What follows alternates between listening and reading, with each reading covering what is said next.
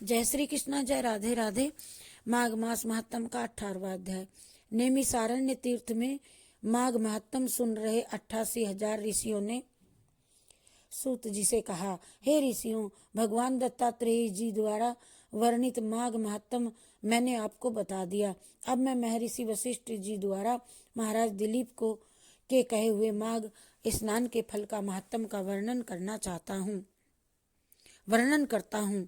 इसका ध्यान पूर्वक श्रवण कीजिए। महर्षि वशिष्ठ जी ने कहा कि हे राजन, माघ मास में नियम पूर्वक किए गए स्नान के संपूर्ण पुण्य फलों के वर्णन की सामर्थ्य तो देवताओं में भी नहीं है।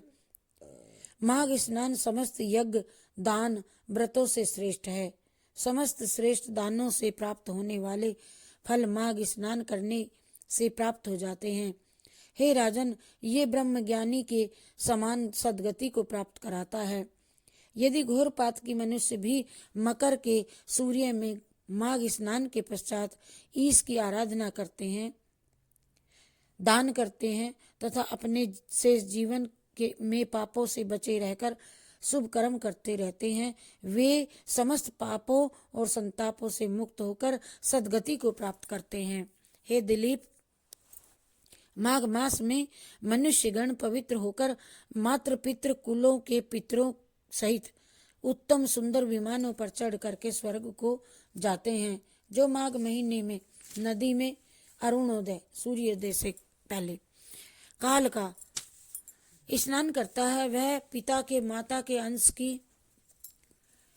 वंश की समस्त मनुष्यों का उद्धार करके सुंदर माला लेकर स्वर्ग को जाता है।